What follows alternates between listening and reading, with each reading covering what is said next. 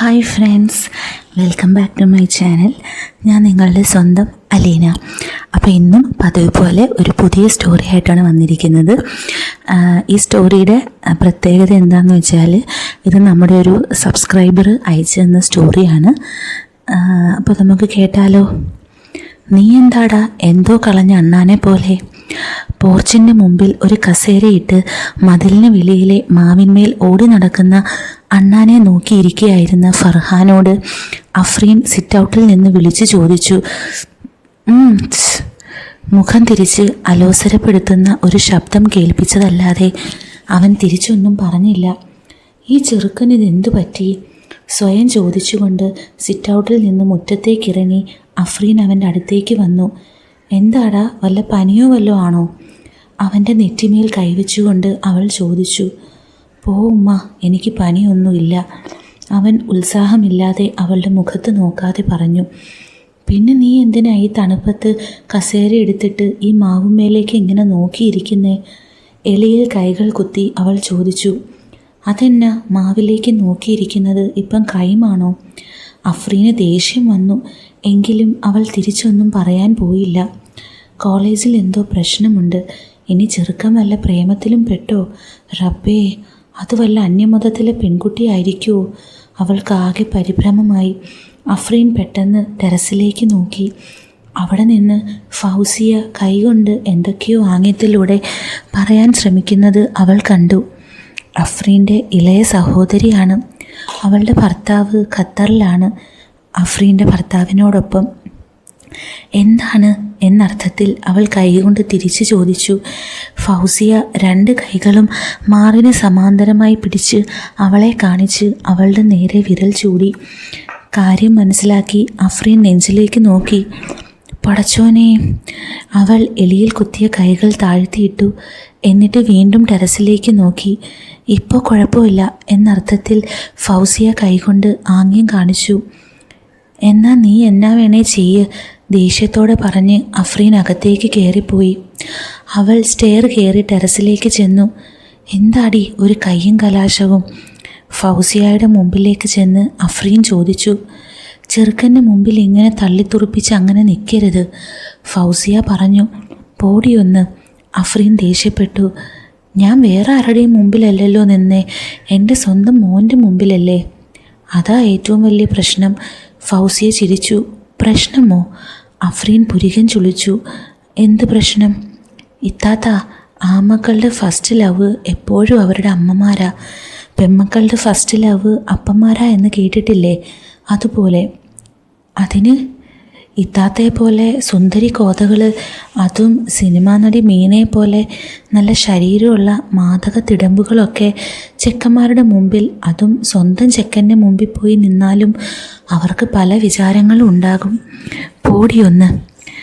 തൻ്റെ ശരീര സൗന്ദര്യത്തെക്കുറിച്ച് ഫൗസിയ നടത്തിയ പരാമർശം കേട്ട് ഒന്ന് തരിച്ചുയർന്നെങ്കിലും അത് മറയ്ക്കാൻ ശ്രമിച്ച് അഫ്രീൻ പറഞ്ഞു. സ്വന്തം പിള്ളേർക്ക് അമ്മമാരോട് വേണ്ടാത്തത് തോന്നുന്നോ? മേടിക്കും നീ. ഹോ, എൻ്റെ ഇത്താത്ത ഈ ഭൂമിയിലൊന്നുമല്ലേ ജീവിക്കുന്നേ? എന്തെല്ലാം കാര്യങ്ങൾ അങ്ങനെ എവിടെയെല്ലാം നടക്കുന്നു. എന്നിട്ടാ? അഫ്രീൻ മനസ്സിലാക്കാത്തതുപോലെ അവളെ നോക്കി.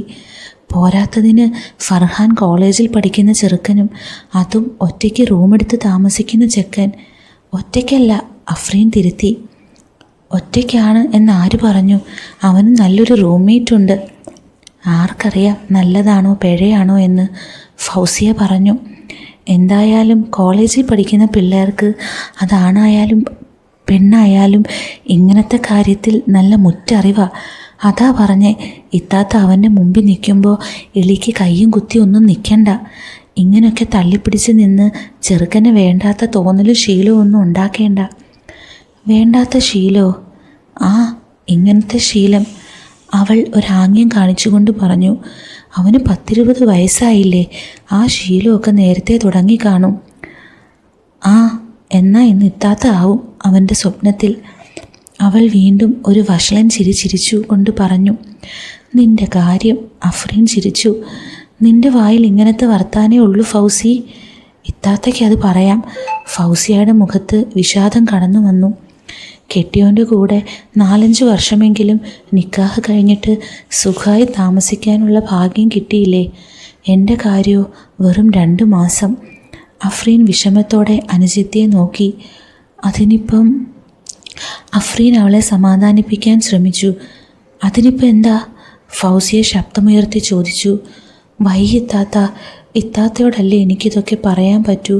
ഈ ടെറസിൽ കൂടെ നോക്കുമ്പോൾ നല്ല കിണ്ണം കാച്ചിയ പോലത്തെ ആമ്പിള്ളേരാ പോകുന്ന കാണുമ്പോൾ അതുങ്ങളെയൊക്കെ കാണുമ്പോൾ തന്നെ അഫ്രീൻ ചോദിച്ചു. കാണുമ്പോൾ എന്താ?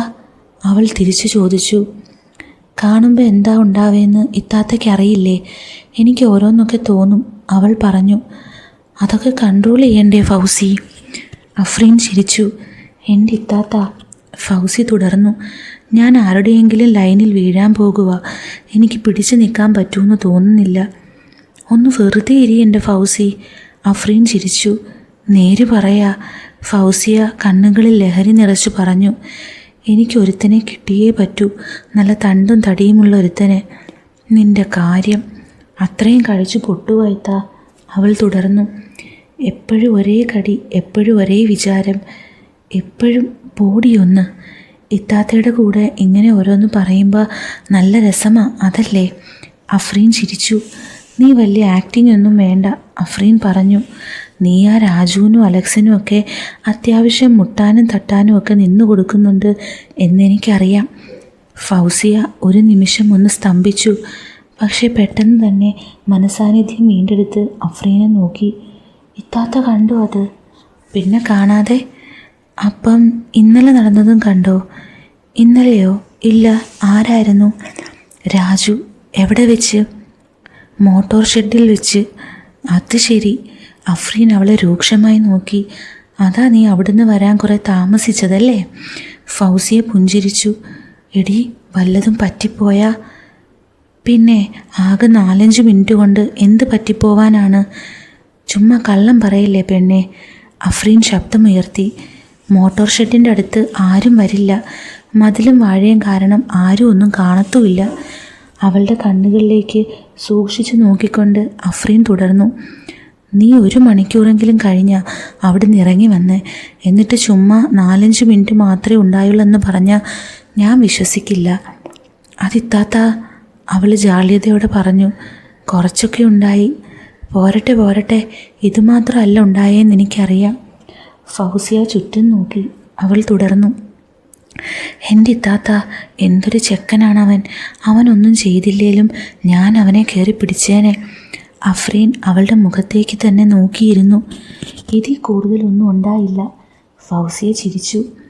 അല്ലേലും അവനെ കൊണ്ട് ശരിക്കും ചെയ്യിച്ചായിരുന്നെങ്കിൽ ഞാൻ ഇങ്ങനെ മൂത്ത് ഓരോന്ന് പറയുമായിരുന്നോ? അഫ്രീൻ ഒന്നും മിണ്ടിയില്ല. ഇത്താത്ത, ഞാനൊന്ന് ചോദിക്കട്ടെ? അഫ്രീൻ അവളെ സംശയത്തോടെ നോക്കി. എന്ത്? ഇത്രയും മാദക ശരീര സൗന്ദര്യമൊക്കെ ഉണ്ടായിട്ട് ഇത്താത്തയ്ക്കൊരാഗ്രഹവും തോന്നുന്നില്ലേ? പോടിയൊന്ന്, അഫ്രീൻ ഗൗരവത്തിൽ പറഞ്ഞു. നല്ല സ്വയംഭം പിള്ളേരെ വേണം എന്നൊരിക്കൽ പോലും തോന്നിയിട്ടില്ലേ? ഇല്ല, അഫ്രീൻ പെട്ടെന്ന് പറഞ്ഞു. എനിക്കിത് മാത്രമല്ല ചിന്ത. ഖത്തറിൽ കിടന്ന് കഷ്ടപ്പെടുന്ന റഹീമിക്ക, മോൻ ഫർഹാൻ, വീട്ടിലെ ഓരോ പണികൾ, ഇതൊക്കെയുണ്ട്. അപ്പോൾ നിൻ്റെ മാതിരി ഈ വിടക്ക് കാര്യമൊക്കെ ഓർക്കാനൊന്നും സമയം കിട്ടില്ല. ഒന്ന് പോയി താത്ത, ഫൗസിയ പറഞ്ഞു. ഒരിക്കൽ പോലും തോന്നിയിട്ടില്ലേ നല്ല ചൊങ്കൻ ചെക്കന്മാരെ കാണുമ്പോൾ വിളിച്ചു കയറ്റി അങ്ങനെ ഒരിക്കൽ പോലും? എനിക്കിങ്ങനത്തെ വർത്താനം കേൾക്കുന്നത് തന്നെ കലിപ്പ. അന്നേരവാ, നീ ഒന്ന് പോയേ. ചുണ്ടിൽ വിരൽ ചേർത്ത് ഫൗസിയ സംശയിച്ചു. ഞാനപ്പോൾ സംസാരിക്കുന്നത് എൻ്റെ ഇത്താത്തയോട് തന്നെയല്ലേ? ഇനി ഞങ്ങളുടെ ഉപ്പ രണ്ടും വേറെ ആളായിരിക്കുമോ? ഉമ്മ നല്ല ആളായിരുന്നല്ലോ. പിന്നെ എന്താ ഞങ്ങൾക്ക് വേറെ സ്വഭാവം? നീ എന്താ ഈ തന്നെത്താൻ പിറുപിറുക്കുന്നേ? അഫ്രീൻ ചോദിച്ചു. ഒന്നുമില്ലേ, അവൾ ഉച്ചത്തിൽ ഈണത്തിൽ പറഞ്ഞു. ഇത്രയും സദാചാരബോധമൊക്കെ ഉണ്ട്. ഞാൻ രാജുവിനെ പറ്റി പറഞ്ഞപ്പോൾ ഇത്താത്ത ഒരു വഴക്ക് പോലും എന്നെ പറഞ്ഞില്ലല്ലോ. വഴക്കല്ല, അഫ്രീൻ കൈ ഉയർത്തി. ചന്തിക്ക് നല്ല പെട നിന്നിട്ട് വീടിൻ്റെ വെളിയിൽ നിന്നെ ഇറക്കാതിരിക്കാനുള്ള പണി നോക്കുക വേണ്ടിയത്. അഫ്രീൻ അവളെ രൂക്ഷമായി നോക്കി. പിന്നെ ഓർത്തു, അവൾ തുടർന്നു. ആരെ ഉപദേശിച്ച് നന്നാക്കേണ്ടത്? പ്രായവും വിദ്യാഭ്യാസവും ഒക്കെ ഉള്ള ഒരു പെണ്ണിനെയോ? അവൾക്കെന്താ നല്ലതും ചീത്തയൊക്കെ അറിയില്ലേ? അവളായി അവളുടെ പാടായി. ഞാൻ ഇനി മുറി പൂട്ടിയിട്ട് വല്ല തോന്നാൻ ബുദ്ധിയും തോന്നിയിട്ട് കടുങ്കൈ വല്ലതും ചെയ്താൽ, ഇതിപ്പം വയറ് നിറയുന്ന വല്ല കുരുത്തക്കേട് ഒപ്പിച്ച ഇരുചെവി അറിയാതെ ആശുപത്രി കൊണ്ടുപോയി അങ്ങ് കളഞ്ഞാൽ മതിയല്ലോ. പിന്നെ ഇഷ്ടക്കേടിൻ്റെ സ്വരത്തിൽ ഫൗസിയ പറഞ്ഞു. വയറ്റിലാകാതെ നോക്കാതിരിക്കാൻ ഞാൻ എന്നാ കൊച്ചുകുട്ടിയോ വല്ലതുമാണോ? ഒന്ന് പോയി താത്ത. ആ, നോക്കിയാൽ നിനക്ക് കൊള്ളാം. ടി വിയിൽ സിനിമ കണ്ടുകൊണ്ടിരിക്കുമ്പോഴാണ് ഫൗസിയയുടെ മൊബൈലിലേക്ക് അലക്സിൻ്റെ മെസ്സേജ് വന്നത്. ഹായ്. അവൾ തിരികെ മെസ്സേജ് അയച്ചു. ഫ്രീ ആണോ? അലക്സ് ചോദിച്ചു. എന്താ? ചുമ്മാ ഒന്നുമല്ല, കാര്യം പറ. ഒന്ന് കാണാൻ പറ്റുമോ? കാണാനോ? അയ്യടാ, അത് വേണ്ട. ശരി, വേണ്ട. അലക്സിൻ്റെ മെസ്സേജ് കണ്ടപ്പോൾ അവൾക്ക് നിരാശയായി. എങ്ങനെ കാണാനാ? അപ്പോൾ കാണണമെന്നുണ്ടല്ലേ? ചോദിച്ചതിന് ആൻസർ പറ. എങ്ങനെ കാണാനാ? ഗേറ്റിന് പുറത്തേക്ക് വാ, കാണാം. അയ്യോ, ഗേറ്റിന് പുറത്തൊന്നും ഞാൻ വരില്ല. വാതിലിലൂടെ പുറത്തെ ഗേറ്റിലേക്ക് നോക്കി ഫൗസിയ മെസ്സേജ് ചെയ്തു. നിങ്ങൾ അകത്തേക്ക് വാ. അകത്തേക്കോ? അവിടെ നിങ്ങളുടെ പട്ടാളം ഇത്താത്ത ഇല്ലേ? എൻ്റെ ഇത്താത്തയെപ്പറ്റി വേണ്ട വർത്താനമൊന്നും വേണ്ട. പറ, ഞാൻ അകത്തേക്ക് വന്നാൽ ഇത്താത്ത കാണില്ലേ? ഇല്ല, ഇത്താത്ത ഉറങ്ങുവാ. ആണോ? എന്നാൽ ഞാൻ നിങ്ങളുടെ മുറിയിലേക്ക് വരട്ടെ. ഫൗസിയയ്ക്ക് നെഞ്ചിടിക്കാൻ തുടങ്ങി. മുറിയിലേക്കോ? മുറിയിലേക്ക് വന്നാൽ ഇന്ന് രണ്ടിലൊന്ന് നടക്കും. പോയോ? അലക്സ് വീണ്ടും മെസ്സേജ് അയച്ചു. ഇല്ല. എന്നാ പറ, ഞാൻ റൂമിലേക്ക് വരട്ടെ. ഫൗസിയ അങ്ങോട്ടും ഇങ്ങോട്ടും നോക്കി. ഫർഹാൻ ടി വിയിൽ തന്നെ ശ്രദ്ധിച്ചിരിക്കുകയാണ്. അഫ്രീൻ ഉണരണമെങ്കിൽ എന്തായാലും 2 മണിക്കൂർ കഴിയും. ആലോചനയുടെ വേഗം കൂടിയതിനാൽ എന്താണ് താൻ ടൈപ്പ് ചെയ്യുന്നതെന്ന് പോലും അവൾക്ക് മനസ്സിലായില്ല. യെസ് എന്ന് ടൈപ്പ് ചെയ്തതും സെൻഡ് ബട്ടൺ അമർത്തിയതും പെട്ടെന്നായിരുന്നു. ഫർഹാനെ, ഞാനൊന്ന് ഉറങ്ങാൻ പോകുക. മടുത്തു, ബോറടിച്ചു.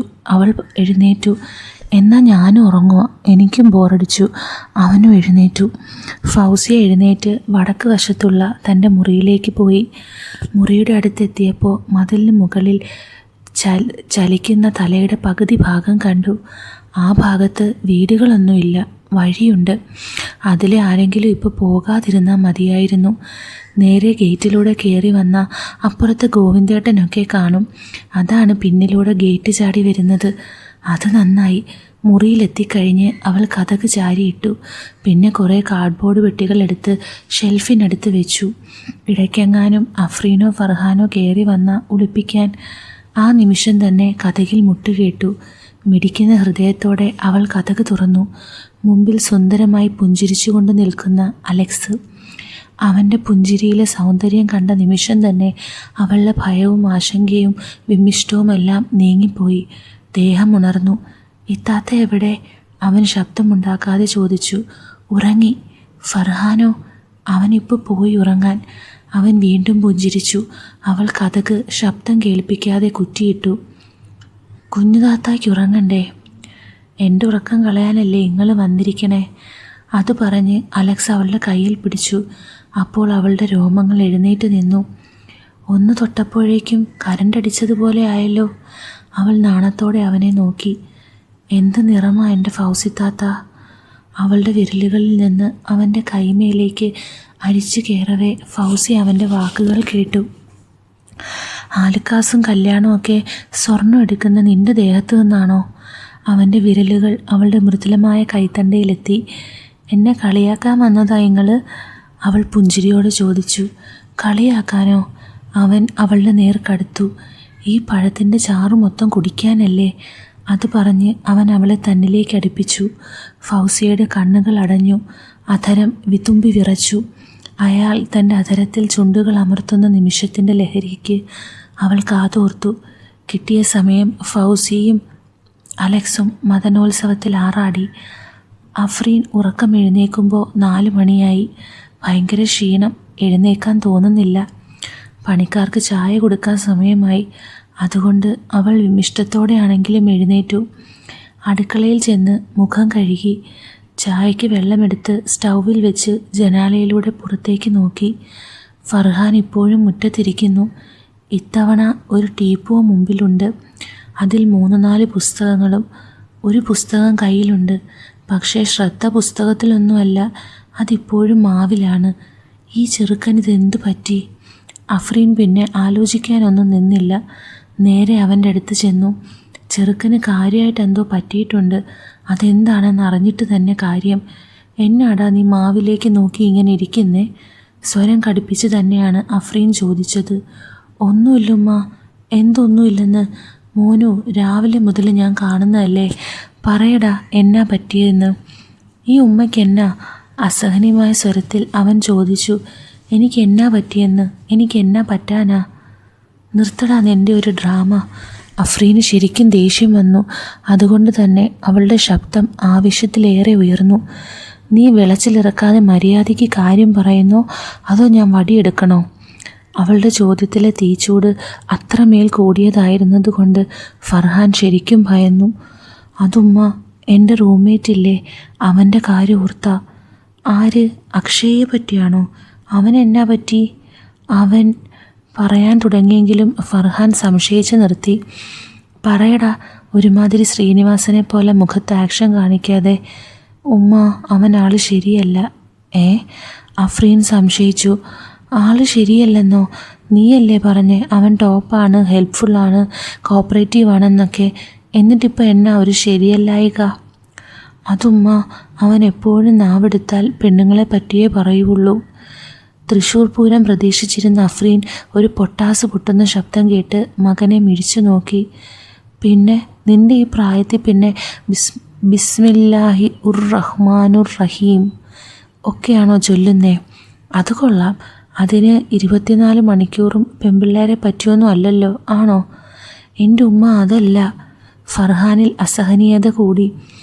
ഇങ്ങളെ ഞാൻ എങ്ങനെയാണെന്ന് പറഞ്ഞ് മനസ്സിലാക്കുന്നേ? മലയാളത്തിൽ പറഞ്ഞാൽ മതി. അഫ്രീനും ശബ്ദമുയർത്തി.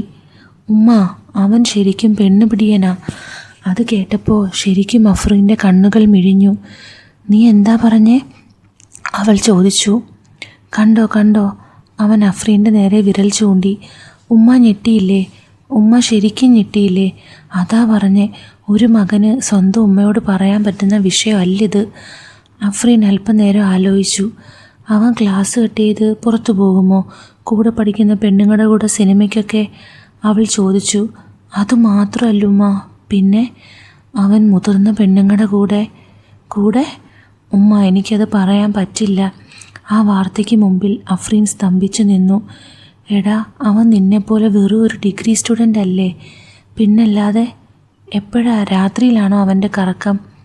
അതെ. അഫ്രീൻ എന്തോ ആലോചിച്ചു. അതുമാത്രമല്ല, പിന്നെ അവൻ ഞങ്ങൾ താമസിക്കുന്ന വീട്ടിലും പെണ്ണുങ്ങളെ കൊണ്ടുവരും രാത്രിയിൽ.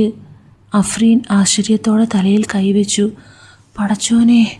അവൾക്ക് തൻ്റെ കാതുകളെ വിശ്വസിക്കാനായില്ല. നീ നേരാണോ ഈ പറയണേ? പിന്നല്ലാതെ ഞാൻ എന്തിനാ നുണ പറയുന്നേ? അല്ലാ, ഇതിങ്ങനെ പോയാ? ഫർഹാൻ ഒന്നും പറയാതെ ഉമ്മയെ നോക്കി. എടാ, അവൻ നിന്നെപ്പോലെ വെറും 20 വയസ്സ് മാത്രം പ്രായമല്ലേ ഉള്ളൂ. നിന്നെപ്പോലെ പഠിക്കാൻ വന്നതല്ലേ അവൻ. അതൊക്കെ ശരിയാ, ഫർഹാൻ പറഞ്ഞു. എൻ്റെ അതേ പ്രായമാണ് അവൻ്റെ. പക്ഷേ എന്നെക്കാളും തടിയും പൊക്കവും ഒക്കെ ഉണ്ട്. നല്ല ജിം ബോഡി. ഒരാനയുടെ ഊരാ അവന്. എല്ലാ സ്പോർട്സിലും ഫസ്റ്റാ. പെണ്ണുങ്ങളൊക്കെ അവനെന്ന് വെച്ചാൽ ഭയങ്കര ഭ്രാന്ത. അവൻ പറയുന്നത് ഒരിക്കൽ അവൻ്റെ അടുത്ത് വന്ന പെണ്ണുങ്ങൾ പിന്നെയും അവനെ അന്വേഷിച്ചു വരുമെന്നാ. ചീ. പെട്ടെന്ന് അഫ്രീൻ ഉച്ചത്തിൽ ആട്ടുന്ന സ്വരം ഫർഹാൻ കേട്ടു. എന്നാ വൃത്തികെട്ട വർത്താനമാടായി പറയുന്നേ? നീ ആരോടാ സംസാരിക്കുന്നതെന്നല്ലോ വല്ല വിചാരവുന്നുണ്ടോ നിനക്ക്? ഫർഹാന് പെട്ടെന്നാണ് ബോധം വന്നത്. അവനെപ്പറ്റി പരാതി പറയാൻ തുടങ്ങിയ താൻ ഉമ്മയോട് പറഞ്ഞത് എന്തൊക്കെയാണ്? അതെന്തേലും ആകട്ടെ. ചമ്മൽ മറച്ചുകൊണ്ട് ഫർഹാൻ അഫ്രീനോട് പറഞ്ഞു. അവൻ പുറത്ത് എവിടെ പോയാലും എനിക്ക് പ്രശ്നമൊന്നുമില്ല. പക്ഷേ ഞങ്ങൾ താമസിക്കുന്ന വീട്ടിൽ പെണ്ണുങ്ങളൊക്കെ വരുവാന്ന് പറഞ്ഞാൽ. അവൻ ഉമ്മയെ നോക്കി. അങ്ങനെയാണെങ്കിൽ ഞാൻ വേറെ വീട് അന്വേഷിക്കും. അഫ്രീൻ ആലോചിച്ചു. പ്രിൻസിപ്പാൾ എൻ്റെ വാപ്പാടെ ക്ലോസ് ഫ്രണ്ടല്ലേ? അവൾ ഗൗരവത്തോടെ പറഞ്ഞു. പ്രിൻസിപ്പാളിനെ വിളിച്ചൊന്ന് പറയാം. മാത്രമല്ല, ഞാൻ നേരിട്ട് നിൻ്റെ പ്രിൻസിപ്പാളിനെ ഒന്ന് കാണട്ടെ. അയ്യോ ഉമ്മ, അവൻ ദയനീയമായി പറഞ്ഞു. ഞാൻ പറഞ്ഞു എന്ന് ഒരു കാരണവശാലും പ്രിൻസിപ്പാൾ അറിയരുത്. അക്ഷയ് ആള് ജിമ്മനാ, അവൻ എന്നെ എടുത്തിട്ടടിക്കും. ഒന്ന് പോടാ പീടിത്തുറി. ഇഷ്ടക്കേടോടെ അവൾ ഫർഹാനെ നോക്കി. നിനക്ക് കുഴപ്പമൊന്നും ഉണ്ടാവില്ല. മുറിയിൽ ലാപ്പിൽ കോർപ്പസ്കുലർ തിയറിയെപ്പറ്റി ബ്രൗസ് ചെയ്യുമ്പോഴാണ് അക്ഷയ് കയറി വരുന്നത്. എൻ്റെ പൊന്നിഷ്ടാ, ഫർഹാൻ്റെ കട്ടിലിരുന്ന് അവൻ പറഞ്ഞു. പ്രിൻസിപ്പാൾ എടുത്തിട്ട് കുടഞ്ഞു എന്ന്. ഫർഹാൻ്റെ മനസ്സിലേക്ക് ഒരു വിദ്യുത് പ്രവാഹമുണ്ടായി. വാപ്പ പ്രിൻസിപ്പാളിനെ വിളിച്ചു പറഞ്ഞിരിക്കുന്നു. എന്താ വിഷയം? അക്ഷയുടെ വാക്കുകളിൽ ഒട്ടും താല്പര്യം കാണിക്കുന്നില്ലെന്ന് ഭാവിച്ച് മോണിറ്ററിൽ നിന്ന് നോട്ടം മാറ്റാതെ അവൻ ചോദിച്ചു. എൻ്റെ ഡാവേ, പെണ്ണുങ്ങളുടെ കൂട്ടത്തിൽ കറങ്ങി നടക്കുന്ന കാര്യം ഇന്നത്തോടെ ഫുൾ സ്റ്റോപ്പ്. അക്ഷയ് തുടർന്നു. ആരാണ്ടോ എങ്ങാണ്ടോ വെച്ച് എന്നെ പെണ്ണുങ്ങളുടെ കൂടെ കണ്ടു. എനിക്ക് സംശയമുണ്ടായിരുന്നു. കഴിഞ്ഞ ബുധനാഴ്ച ഒരു ചിക്കിനെയും കൊണ്ട് ഡ്രീംസ് ലോഡ്ജിൽ പോയപ്പം വാതിക്ക വെച്ചൊരു തെണ്ടി ഒരു ആക്കിയ നോട്ടം, അവനൊരു വളിച്ച ചിരിയും. അവനെ ഞാൻ ഈ ക്യാമ്പസിൽ കണ്ടിട്ടുണ്ട്. ആരുടെയോ പേരൻ്റാ. അവനായിരിക്കും പ്രിൻസിപ്പാളിൻ്റെ അടുത്ത് കാര്യം എത്തിച്ച്. വലിയ അത്ഭുതം ഭാവിച്ച് ഫർഹാൻ അക്ഷയുടെ നേരെ നോക്കി. അതേടാ. അവൻ്റെ അത്ഭുത ഭാവം കണ്ടിട്ട് അക്ഷയ് വിശദീകരണം തുടർന്നു. എനിക്കുറപ്പാ ആ മൈ തന്നെയാ. ആരായാലും ഭഗവാനെ, അച്ഛൻ്റെ ചെവിയിലെങ്ങാനും എത്തിയായിരുന്നേൽ കാണായിരുന്നു കളി. തൊലി പൊളിച്ച് ഐക്കൂറയുടെ കൂടെ കൊത്തി അരിഞ്ഞ് കറി വെക്കും. വെട്ടൊന്ന് മുറി രണ്ട്. അതാ അച്ഛൻ്റെ ഡിപ്ലോമസി. അവൻ ഭയത്തോടെ പറഞ്ഞു. ഇന്നു മുതൽ നൊയമ്പാ മോനെ. നിരാശയോടെ അവൻ തുടർന്നു. ഇന്നു മുതൽ അക്ഷയ് ബ്രഹ്മചാരിയാ. ഇനി ഏതവളുമാർ തുണി അഴിച്ച് വല്ലാത്ത ആശ്വാസം തോന്നി. ഐ വിൽ റിമെയിൻ ലൈക്ക് ഒരിക്കലും ഗീർവാണം കേട്ട് മുഷിയണ്ട. കളിച്ച കാര്യങ്ങളൊക്കെ കേട്ട് വിയർക്കണ്ട. ഈ പ്രശ്നം ഇത്ര വേഗം പരിഹരിക്കുമെന്ന് അറിഞ്ഞിരുന്നെങ്കിൽ നേരത്തെ തന്നെ ഉമ്മയോട് പറയാമായിരുന്നു. അപ്പോഴാണ് ഫർഹാൻ്റെ മൊബൈൽ ശബ്ദിച്ചത്. ഉമ്മയാണല്ലോ. സ്ക്രീനിൽ തെളിഞ്ഞു കണ്ട അഫ്രീൻ്റെ സുന്ദരമായ മുഖത്തേക്ക് നോക്കി ഫർഹാൻ സ്വയം പറഞ്ഞു. ഹലോ ഉമ്മ. ഡാ, നീ മുറിയിലാണോ? അതെ, ക്ലാസ്സൊക്കെ കഴിഞ്ഞിട്ട് അരമണിക്കൂർ ആയേ ഉള്ളൂ ഉമ്മ. ആണോ? ഓക്കെ. ഉമ്മ എവിടെയാ? ഞാൻ നിൻ്റെ വീടിൻ്റെ ഗേറ്റിന് വെളിയിലുണ്ടടാ. ഫർഹാൻ അമ്പരന്ന് പോയി. ഉമ്മ ഇവിടെ വന്നിരിക്കുന്നു. ആദ്യമായാണ്. അവൻ പെട്ടെന്ന് എഴുന്നേറ്റു. എന്നാ പറ്റിയടാ? ഫർഹാൻ്റെ വെപ്രാളം കണ്ടിട്ട് അക്ഷയ് ചോദിച്ചു. എൻ്റെടാ, ഉമ്മ ഇങ്ങോട്ട് വരുന്നു. ഗേറ്റിങ്കിൽ നിപ്പുണ്ട്. അക്ഷയ് പെട്ടെന്ന് ചാടി എഴുന്നേറ്റു. നിൻ്റെ ഉമ്മ വരുന്നുണ്ടെന്നോ? അതിന് നീ എന്തിനാ ഇങ്ങനെ ബേജാറാവുന്നേ? നീ എന്നാ വല്ല കുരുത്തക്കേട് ഒപ്പിച്ചോ? അതിന് ചാൻസ് ഒന്നും ഇല്ലല്ലോ. നീ ഭയങ്കര പഠിപ്പിസ്റ്റ്. ഒറ്റ പെമ്പിള്ളേരുടെയും മുഖത്ത് നോക്കില്ല. ടൈം വേസ്റ്റ് ചെയ്യില്ല. ഫുൾ ടൈം പഠിപ്പോട് പഠിപ്പ്. നീ എന്തിനാ ഉമ്മ വരുന്നുണ്ടെന്ന് കേട്ടപ്പം ടെൻഷൻ മൂത്തിങ്ങനെ കഥകളിയും ചാക്യാർകൂത്തും ഓട്ടം തുള്ളലും ഒരുമിച്ച് തുള്ളുന്നേ? അത് ശരിയാണ് എന്ന് ഫർഹാനും തോന്നി. ഉമ്മ വന്നിരിക്കുന്നു എന്ന് കേട്ടപ്പോൾ ആവശ്യമില്ലാത്തൊരു പരിഭ്രമം തന്നിലേക്ക് വന്നത് എന്തുകൊണ്ടാവണം? പെട്ടെന്ന് അവന് കാരണം മനസ്സിലായി.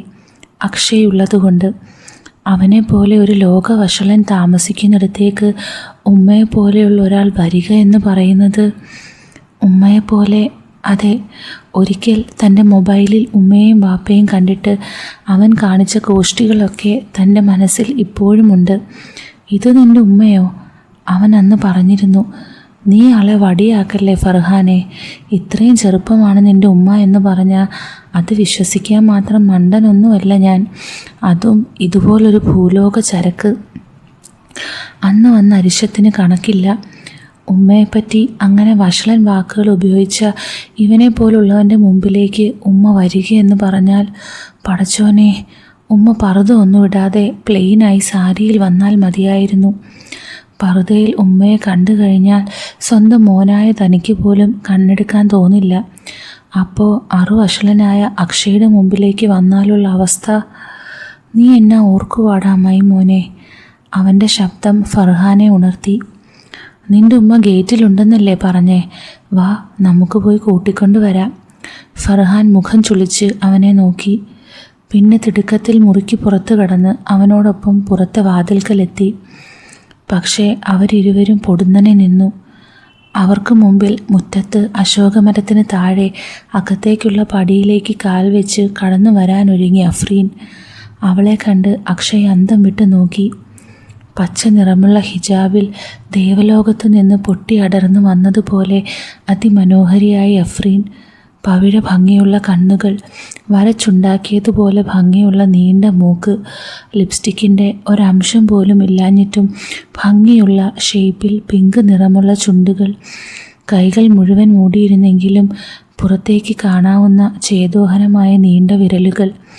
ചുവന്ന പോളിഷിൽ അവ ഏറ്റവും ഭംഗിയായിരുന്നു. ശരീരത്തോട് വസ്ത്രം ചേർന്ന് നിന്നിരുന്നതിനാൽ പുറത്തേക്ക് ദൃശ്യമാകുന്ന അംഗലാവണ്യത്തിൻ്റെ ഔട്ട്ലൈൻ. എൻ്റെ അമ്മേ! അക്ഷയ് അഫ്രീൻ്റെ നേരെ കൈ നീട്ടിക്കൊണ്ട് പറഞ്ഞു. എടാ ഫർഹാനെ, ഉമ്മ ഫോട്ടോയിൽ കണ്ട പോലെ തന്നെ ഉണ്ടല്ലോടാ. അക്ഷയ് കൈ നീട്ടിയപ്പോൾ പരിഭ്രമത്തോടെ ഫർഹാൻ അഫ്രീനെ നോക്കി. പിന്നെ ഫോട്ടോയിലെ ആൾ വേറെ ഒരാൾ അങ്ങനെ ഉണ്ടാകുമോ? അഫ്രീൻ ചോദിച്ചു. അക്ഷയ് ചിരിച്ചു. അഫ്രീൻ കൈ നീട്ടി അവൻ്റെ ഹസ്തദാനം സ്വീകരിച്ചു. അക്ഷയുടെ കൈ ആവശ്യത്തിൽ കൂടുതൽ ഉമ്മയുടെ കയ്യിൽ അമർന്നിരിക്കുന്നുണ്ടോ എന്ന് ഫർഹാൻ നോക്കി. പെട്ടെന്ന് തന്നെ അഫ്രീൻ കൈ വിടിവിച്ചത് അവന് ആശ്വാസം നൽകി. ഇവനാണോ നിൻ്റെ റൂംമേറ്റ്? അക്ഷയുടെ നേരെ നോക്കി അഫ്രീൻ ചോദിച്ചു. അതെ ഉമ്മ, അക്ഷയ് ഉത്തരം കൊടുത്തു. ഞാനാ ഫർഹാൻ്റെ റൂംമേറ്റ്, ക്ലാസ്മേറ്റും. അഫ്രീൻ ഹാളിലേക്ക് കയറി ചുറ്റുമൊന്ന് കണ്ണോടിച്ചു. അവരും ഒപ്പം കയറി. എങ്ങനെയുണ്ടുമ്മ? അക്ഷയ് ചോദിച്ചു. റൂംസൊക്കെ വെൽ മെയിൻറ്റെയിൻഡ് അല്ലേ? അതിന് റൂമൊന്നും ഞാൻ കണ്ടില്ലല്ലോ, ഇത് ഹാളല്ലേ? നിരീക്ഷണം തുടരുന്നതിനിടെ അവൾ പറഞ്ഞു. ഇതാ ഉമ്മ തൻ്റെ മുറിയുടെ വാതിൽക്കലേക്ക് തിരിഞ്ഞ് ഫർഹാൻ പറഞ്ഞു. അവർ മൂവരും അങ്ങോട്ട് കയറി. അഫ്രീൻ ചുറ്റും കണ്ണോടിച്ചു. അവളുടെ മുഖത്ത് തൃപ്തി കണ്ടതിൽ ഫർഹാൻ ആശ്വസിച്ചു. നിൻ്റെ മുറി? അവൾ അക്ഷയോട് ചോദിച്ചു. വാ ഉമ്മ. അക്ഷയ് അടുത്ത മുറിയിലേക്ക് കണ്ണുകൾ കാണിച്ചു. അത് ചാരിയിട്ടിരിക്കുകയായിരുന്നു. അകത്ത് കയറിയുടനെ അഫ്രീൻ്റെ കണ്ണുകൾ ഭിത്തിയിലേക്ക് പോയി. നാശം! ഫർഹാൻ പിറുപിറുത്തു. എന്താടാ ഇത്? ദേഷ്യത്തോടെ അഫ്രീൻ അക്ഷയോട് ചോദിച്ചു. സ്വിംസ്യൂട്ടിൽ നിൽക്കുന്ന ഒരു സുന്ദരിയുടെ ചിത്രം. ഉമ്മ, ഐ ആം സോറി. അക്ഷയ് ഉടനെ കൈയെത്തിച്ച് ഭിത്തിയിൽ നിന്ന് ആ ചിത്രം വലിച്ചെടുത്ത് കീറി ഡസ്റ്റ് ബോക്സിലിട്ടു. ഇങ്ങനത്തെ പടമൊക്കെ കണ്ടോണ്ട് എങ്ങനെയാടാ പഠിത്തമൊക്കെ നടക്കുന്നേ? അഫ്രീൻ അവനോട് നീരസത്തോടെ ചോദിച്ചു. അക്ഷയ് ഒന്ന് ചമ്മിയെങ്കിലും അവളെ നോക്കി പുഞ്ചിരിച്ചു. റിസൾട്ട് ഒന്നും കുഴപ്പമില്ലുമ്മ, അവൻ പറഞ്ഞു. ഫർഹാൻ്റെ അത്രയും വരില്ല എന്നേ ഉള്ളൂ, ടോപ്പ് ഒന്നും ആയില്ലെന്നേ ഉള്ളൂ. ഫർഹാൻ അഭിമാനത്തോടെ അഫ്രീനെ നോക്കി. അഫ്രീൻ അവനെ നോക്കി പുഞ്ചിരിച്ചു. ഇനി ഇങ്ങനത്തെ പടമൊക്കെ ഇവിടെ എങ്ങാനും ഒട്ടിച്ചു വെച്ചാൽ ഞാൻ നിൻ്റെ മമ്മിയെ വിവരം അറിയിക്കും, മനസ്സിലായോ? ഇല്ലുമ്മ, അക്ഷയ് പെട്ടെന്ന് പറഞ്ഞു. അവിടെ ഇനി അയ്യപ്പൻ്റെയോ കാടാമ്പുഴ ഭഗവതിയുടെയോ പടം കൊണ്ടേ വെക്കാം. നീ കളിയാക്കൊന്നും അല്ലല്ലോ, ആണോ? അഫ്രീൻ പുരികം ചുളിച്ചുകൊണ്ട് ചോദിച്ചു. അയ്യോ അല്ല, ഒരിക്കലും അല്ലുമ്മ, ഞാൻ ശരിക്കും പറഞ്ഞതാ, അക്ഷയ് പെട്ടെന്ന് പറഞ്ഞു. അങ്ങനെ ആയാൽ നിനക്ക് കൊള്ളാം. അഫ്രീൻ അവൻ്റെ മുഖത്ത് നോക്കി. അല്ലെങ്കിൽ? അവൾ അവൻ്റെ കണ്ണുകളിലേക്ക് നോക്കി തുടർന്നു. എപ്പം ഞാൻ നിൻ്റെ മമ്മിക്ക് റിപ്പോർട്ട് ചെയ്യുമെന്ന് ചോദിച്ചാൽ മതി. അക്ഷയ് ഒരു ഇളിഭ്യ ചിരിച്ചു. ഉമ്മ വന്നപ്പോൾ മുതൽ നിൽക്കുവാണല്ലോ, ഇരിക്കുമ്മ, ഇരിക്ക്. അവൻ ഒരു കസേര നീക്കിയിട്ടു. അടുക്കള എവിടെയാ? അഫ്രീൻ ചോദിച്ചു. അവർ മൂവരും അവളെ അടുക്കളയിലേക്ക് കൂട്ടിക്കൊണ്ടുപോയി. ഇപ്പോൾ കിട്ടും ചീത്ത, ഫർഹാൻ കണക്ക് കൂട്ടി. ഇതെന്താ, അടുക്കളയാണോ അതോ ചാണകക്കുഴിയോ? അടുക്കളയിൽ കടന്നയുടൻ അഫ്രീൻ ചോദിച്ചു. അയ്യോ ഉമ്മ, അത് ഫർഹാൻ്റെ അല്ല, അക്ഷയ് പെട്ടെന്ന് പറഞ്ഞു. ഇന്ന് എൻ്റെ ടേൺ ആയിരുന്നു. അല്ല, പാത്രമൊക്കെ കഴുകി വെക്കേണ്ട ടൈം ആകുന്നേ ഉള്ളൂ, അതാ. ഓഹോ. അവൾ എലിക്ക് കൈകൾ കുത്തി നിന്ന് അവനോട് ചോദിച്ചു. ഇനി അത്താഴം കഴിക്കാൻ നേരത്താകും പാത്രവും കലവും കഴുകുന്നത് അല്ലേ? വാഷ് ബേസിനിലെ ടാപ്പ് തുറന്നുകൊണ്ട് അഫ്രീൻ ചോദിച്ചു. ഫർഹാൻ ഉച്ചത്തിൽ കോട്ടുവായിട്ടു. എന്നാ? അഫ്രീൻ അവൻ്റെ നേരെ നോക്കി. എങ്ങനെ വാതുറക്കാതിരിക്കും ഉമ്മ? അത് കണ്ട് അക്ഷയ് പറഞ്ഞു. മനുഷ്യന്മാർ നോർമലായി ഉറങ്ങണ്ടേ? ഇത് പഠിത്തം രാത്രി 1 മണിവരെയൊക്കെ നീണ്ട എന്നാ ചെയ്യും? 1 മണിവരെയോ? പാത്രം തേച്ച് കഴുകുന്നതിനിടയിൽ അഫ്രീൻ ചോദിച്ചു. അതിന് ഫലമുണ്ടല്ലോ, ടോപ്പറല്ലേ ഫർഹാൻ, അക്ഷയ് അഭിപ്രായപ്പെട്ടു. അഫ്രീൻ അഭിമാനത്തോടെ മകനെ നോക്കി. അയ്യോ ഉമ്മ അതൊന്നും കഴുകണ്ട. അഫ്രീൻ്റെ കയ്യിൽ പിടിച്ച് അക്ഷയ് വിലക്കി. അവൻ്റെ കൈകൾ അഫ്രീൻ്റെ വിരലുകളെ അമർത്തുന്നത് ഫർഹാൻ കണ്ടു. എന്താ? അഫ്രീൻ അവനെ ചോദ്യരൂപത്തിൽ നോക്കി. ഉമ്മാടെ വിരലും നഖങ്ങളുമൊക്കെ എന്ത് രസാ കാണാൻ. അവരുടെ വിരലുകളിൽ നിന്ന് കൈകൾ മാറ്റാതെ അവരോട് ചേർന്ന് നിന്ന് അക്ഷയ് പറഞ്ഞു. അതൊക്കെ ചീത്തയാകും. അവൻ അവളുടെ കൈവിരലുകളിൽ തഴുകുന്നുണ്ടോ? ഫർഹാൻ സൂക്ഷിച്ചു നോക്കി. ഇത് കണ്ടോ? ഫർഹാൻ്റെ നോട്ടം കണ്ടിട്ട് അക്ഷയ് അവളോട് പറഞ്ഞു. സ്വന്തം മോനാ ഫർഹാൻ, എന്നിട്ടും എന്ത് കൊതിയോടെയാ അവൻ ഉമ്മാടെ വിരലിലേക്ക് നോക്കുന്നേ. ഛേ! ഫർഹാൻ നോട്ടം മാറ്റി. വിടടാ ഒന്ന്. അക്ഷയുടെ പിടി വിടുവിച്ച് അഫ്രീൻ പറഞ്ഞു. കൂട്ടുകാരൻ്റെ അമ്മയോട് അത്രയും സ്നേഹം ഉണ്ടായിരുന്നേൽ നേരത്തെ എല്ലാം കഴുകി വെക്കായിരുന്നു. അക്ഷയ് അഫ്രീനോട് മുട്ടിയുരുമിയാണോ നിൽക്കുന്നേ? വീണ്ടും ഫർഹാൻ്റെ കണ്ണുകൾ അവളിലേക്ക് നീണ്ടു. നോക്കിയേ ഉമ്മ. ഫർഹാൻ്റെ നോട്ടം കണ്ടിട്ട് അക്ഷയ് വീണ്ടും പറഞ്ഞു. ഉമ്മാടെ ഡ്രസ്സ് മോന് ഭയങ്കരമായി പിടിച്ചു എന്ന് തോന്നുന്നു. സൂപ്പറാടാ ഫർഹാനെ ഉമ്മാടെ ഡ്രസ്സ്. പർദ്ദയിട്ട് എന്ത് സുന്ദരമാ. അഫ്രീൻ്റെ മുഖം നാണം കൊണ്ട് ചുവന്നോ? ഫർഹാൻ സംശയിച്ചു. അറിയില്ലാത്ത കാര്യം പറഞ്ഞ് അബദ്ധത്തിൽ ചാടണ്ട. അക്ഷയുടെ കൈ വിടുവിച്ച് പാത്രം കഴുകൽ തുടർന്നുകൊണ്ട് അഫ്രീൻ പറഞ്ഞു. അതെന്താ? അവളോട് അല്പം കൂടി അടുത്ത് നിന്ന് അക്ഷയ് ചോദിച്ചു. എന്താണെന്ന് വെച്ചാൽ ഞാനിപ്പോൾ ഇട്ടേക്കുന്ന പർദ്ദ അല്ല, അതുതന്നെ. പർദ്ദ അല്ലേ? പിന്നെന്താ ഈ ഡ്രസ്സ്? അവളുടെ തോളിൽ തൊട്ട് അവൻ ചോദിച്ചു. ഈ ഡ്രസ്സിൻ്റെ പേരാണ് ഹിജാബ്. ആദ്യമായിട്ട് കേൾക്കുക ആണോ? അടുത്ത പാത്രമെടുത്ത് അവൾ ചോദിച്ചു. പിന്നല്ലേ, എന്നതാ ഹിജാബും പർദ്ദയും തമ്മിലുള്ള ഡിഫറൻസ്? പർദ്ദ ഫുൾ ബോഡി കവർ ചെയ്യും, കണ്ണുകൾ വരെ ഒരു മെഷ് സ്ക്രീൻ കൊണ്ട് മൂടും. അയ്യോ! അവൻ തലയിൽ കൈവച്ചു. ഉമ്മ ഏതായാലും പർദ്ദ ഇടാത്തതിന് താങ്ക്സ്. താങ്ക്സോ? എന്നാത്തിന്? പർദ്ദ ഇട്ടായിരുന്നേൽ ഈ സുന്ദരമായ മുഖവും നല്ല സൂപ്പർ കണ്ണുകളും കാണാൻ പറ്റുമായിരുന്നോ? അവളുടെ മുഖത്തോട് മുഖമടുപ്പിച്ച് അവൻ ചോദിച്ചു. അഫ്രീൻ അവൻ്റെ കണ്ണുകളിലേക്ക് നോക്കുന്നത് ഫർഹാൻ കണ്ടു. നീ എന്നാടാ നോക്കി പേടിപ്പിക്കുന്നേ? ഫർഹാൻ്റെ നോട്ടം കണ്ട് അക്ഷയ് ചോദിച്ചു. ഉമ്മ, ഞാനിപ്പം പറഞ്ഞ പോലെ ഇവൻ എപ്പോഴേലും ഉമ്മയോട് പറഞ്ഞിട്ടുണ്ടോ? അഫ്രീൻ ഫർഹാനെ നോക്കി. ഇല്ല. അക്ഷയ് പറഞ്ഞു. ഇല്ല, പറയില്ല, എനിക്കറിയാം. എടാ, കണ്ട സിനിമാ നടിമാരുടെ പടം കാണുമ്പം സൗന്ദര്യത്തെപ്പറ്റി ഹാ കോമളമേ, ഹേ സുന്ദരിയെ എന്നൊക്കെ പൈങ്കിളി കവിത പോലെ ഓരോന്ന് പറഞ്ഞിട്ട് ഒരു കാര്യവുമില്ല. പെട്ട തള്ളയുടെ സൗന്ദര്യത്തെപ്പറ്റി 2 വാക്ക് പറയാതെ ആലിയ ഭട്ട് ഇസ് ഹോട്ട് എന്നൊക്കെ പറഞ്ഞിട്ട് ഒരു കാര്യവുമില്ല. അഫ്രീൻ ഫർഹാനെ നോക്കി. അല്ലേ ഉമ്മ? അക്ഷയ് പുഞ്ചിരിയോട് ചോദിച്ചു. നിന്റെ പുന്നാരം കുറേ കൂടുന്നു. ഉമ്മ ഇത്രയും സുന്ദരിയാകുമ്പോൾ അതൊക്കെ ഞങ്ങൾക്കിങ്ങനെ ഫ്രീ ആയി കാണാൻ തരുമ്പം ഒരു നന്ദി വാക്കായി ഇത്രയൊക്കെ പറഞ്ഞില്ലേ ഈശ്വരൻ പൊറുക്കുമോ? അഫ്രീൻ വീണ്ടും അക്ഷയുടെ കണ്ണുകളിലേക്ക് നോക്കുന്നത് ഫർഹാൻ കണ്ടു. വാവ്! അവൻ മൂക്ക് വിടർത്തി ശ്വസിച്ചു. പിന്നെ അവൻ്റെ മൂക്ക് അവളുടെ തോളിനെ തൊട്ടോ തൊട്ടില്ല എന്ന മട്ടിൽ നിന്നു. എന്ത് പെർഫ്യൂമാ ഉമ്മ ഇട്ടേക്കുന്നേ? റസാസി ഷൂറ, അറേബ്യൻ. വാവ്! അവൻ അവളുടെ തോളിൽ നിന്ന് സുഗന്ധം നുകർന്നു. ഉമ്മ, ഒന്ന് കൈയൊന്ന് പൊക്കാമോ? അഫ്രീൻ ഒന്ന് സംശയിച്ചു. പിന്നെ വലത് കൈ ഉയർത്തി. അപ്പോൾ നമ്മുടെ ഈ സ്റ്റോറിക്ക് ഒരു സെക്കൻഡ് പാർട്ട് കൂടിയുണ്ട്. എല്ലാവർക്കും ഇഷ്ടപ്പെട്ടെങ്കിൽ കമൻറ്റ് ചെയ്യണം. സെക്കൻഡ് പാർട്ട് ഞാൻ പോസ്റ്റ് ചെയ്തേക്കാം. അപ്പോൾ എല്ലാവർക്കും good night. With love, Aleena.